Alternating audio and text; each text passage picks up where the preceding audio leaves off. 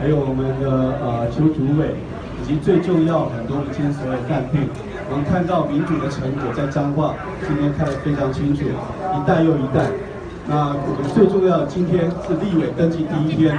我们看到彰化4位民进党提名优秀的候选人，今天同步一起团结联合登记。那在这里，我要特别代表民主进步党，向所有的媒体朋友，向彰化乡亲，来跟大家推荐民进党很负责任的我们4位在彰化推选的候选人，包含陈秀宝、黄秀芳以及洪宗义，还有我们陈素月4位，都是善良、优质、专业的政治工作者。这是民进党对彰化乡亲的负责任表现。民进党提名了4位优秀、正直、善良的政治工作者。但是，各位朋友，我们看一看彰化国民党提名的候选人是哪一些人？在一个选区，其中1位过去是贩毒、吸毒、判刑入监确定、毒品前科的，我想我可以直接点名张汉天。国民党怎么对彰化乡亲交代？提名一个毒品前科的候选人，我们国家、我们父母努力在告诉孩子要拒绝毒品的时候，结果却提名一个有毒品前科的候选人，各位，我们能够接受吗？国民党怎么对彰化人交代？所以我们希望在这一选区，也就是黄秀芳这一选区，面对了一个国民党毒品前科的候选人。拜托大家，全力无论如何为我们孩子，为我们下一代，全力支持黄秀芳，好不好？好。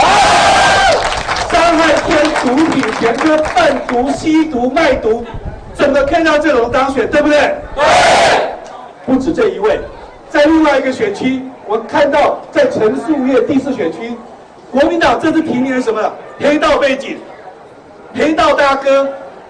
各位。我们就要告诉孩子、教孩子，那阿公阿嬷、那家因啊，讲啊以后袂使做黑道，结果国民党提名第4选区候选人是一个黑道，国民党怎么跟彰化乡亲交代？再来看，在洪忠义这个选区，国民党提名候选人，以阿公这里位，妈妈这里位，弟弟做议长，现在自己还要当立委。整个南彰化的家族的政治全部被一个家族垄断，这样子怎么对彰化选民交代？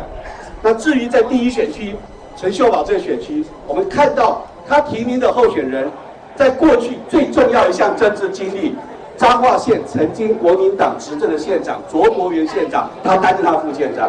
卓博源是怎么下台的？是贪污判刑确定。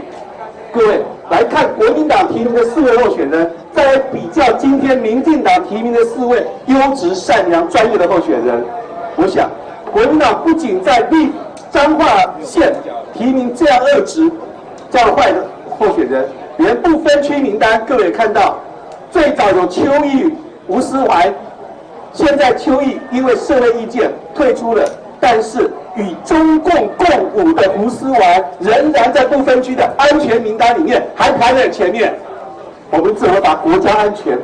怎么把台湾的民主，怎么把下一代的幸福交给国民党的不分区以及在彰化提名的候选人？所以在今天联合登记第1天，务必拜托所有乡亲集中选票，